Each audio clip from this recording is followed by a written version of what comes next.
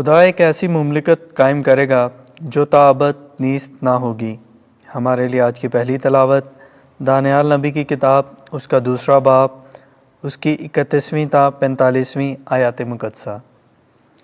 اس وقت دانیال نے نبوکت نصر سے کہا، اے بادشاہ، تو نے نظر کی تو کیا دیکھتا ہے؟ ایک بڑی مورت تیرے سامنے کھڑی ہوگی۔ وہ مورت بہت اونچی اور نہایت درخشاں تھی، پر اس کی صورت ہیبت ناک تھی۔ اس مورت کا سر خالص سونے کا تھا، اس کا سینہ اور اس کے بازو چاندی کے، اور اس کا شکم اور اس کی رانیں تانبے کی تھیں۔ اس کی ٹانگیں لوہے کی اور اس کے پاؤں کچھ لوہے کے اور کچھ مٹی کے تھے۔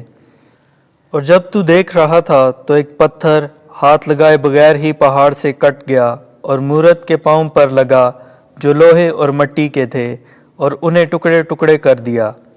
پھر لوہا اور مٹی اور تانبا اور چاندی اور سونا سب کے سب ٹکڑے ٹکڑے کر دیے گئے، اور موسم گرما کے کھلیان کے بھوسے کی مانند ہو گئے۔ پھر ہوا انہیں اڑا لے گئی یہاں تک کہ ان کا پتہ نہ ملا۔ لیکن جس پتھر نے اس مورت کو مارا وہ اتنا بڑا پہاڑ بن گیا کہ تمام روئے زمین کو بھر دیا۔ خواب یہی تھا، بس اب ہم بادشاہ کے حضور اس کی تعبیر بیان کریں گے۔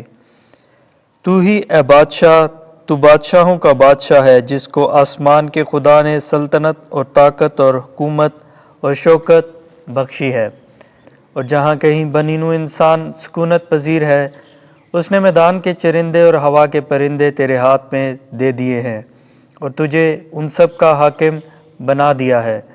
وہ سونے کا سر تو ہی ہے، اور تیرے بعد ایک اور سلطنت برپا ہوگی جو تیری سلطنت سے چھوٹی ہوگی۔ پھر ایک اور سلطنت یعنی تیسری سلطنت تانبے کی ہوگی جو تمام زمین پر حکومت کرے گی۔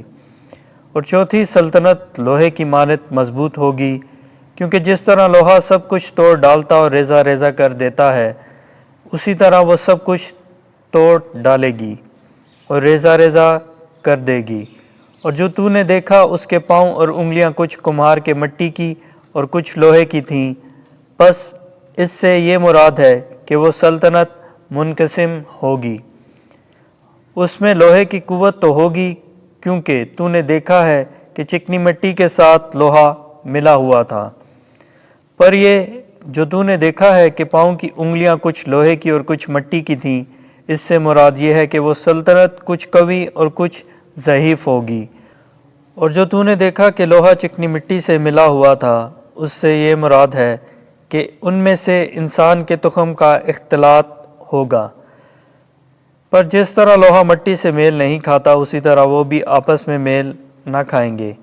لیکن ان بادشاہوں کے ایام میں آسمان کا خدا ایک مملکت قائم کرے گا جو تا ابد نیست نہ ہوگی، اور اس کی حکومت کسی اور قوم کے حوالہ نہ کی جائے گی، بلکہ وہ ان تمام مملکتوں کو توڑ کر نیست کر دے گی، اور وہ ابد تک قائم رہے گی۔ جیسا تو نے یہ دیکھا کہ پہاڑ سے ہاتھ لگائے بغیر ہی ایک پتھر کٹ گیا، جس نے لوہے اور تانبے اور مٹی اور چاندی اور سونے کو چور چور کر دیا۔ خدائے کبیر نے بادشاہ کو وہ کچھ دکھایا ہے جو آگے کو ہونے والا ہے۔ یہ خواب یقینی ہے اور اس کی تعبیر بھی بالکل صحیح ہے۔ پاک کلام کے پڑھے اور سنے جانے پر خدا کی برکت ہو۔ زبور جماعتی جواب، ابد تک اس کی حمد و توصیف کرو۔ اے خداوند کی سب صنعتو، خداوند کو مبارک کہو، ابد تک اس کی حمد و توصیف کرو۔ اے خداوند کے فرشتو، خداوند کو مبارک کہو، ابد تک اس کی حمد و توصیف کرو۔ جماعتی جواب، ابد تک اس کی حمد و توصیف کرو۔ اے آسمانو، خداوند کو مبارک کہو، ابد تک اس کی حمد و توصیف کرو۔ اے فضاؤں پر کے سب پانیوں، خداوند کو مبارک کہو، ابد تک اس کی حمد و توصیف کرو۔ اے خداوند کے سب لشکرو، خداوند کو مبارک کہو، ابد تک اس کی حمد و توصیف کرو۔ جماعتی جواب، ابد تک اس کی حمد و توصیف کرو۔ خداوند آپ کے ساتھ ہو۔ انجیل مقدس لوکا کے مطابق اے خداوند تیری تمجید ہو۔ 21واں باب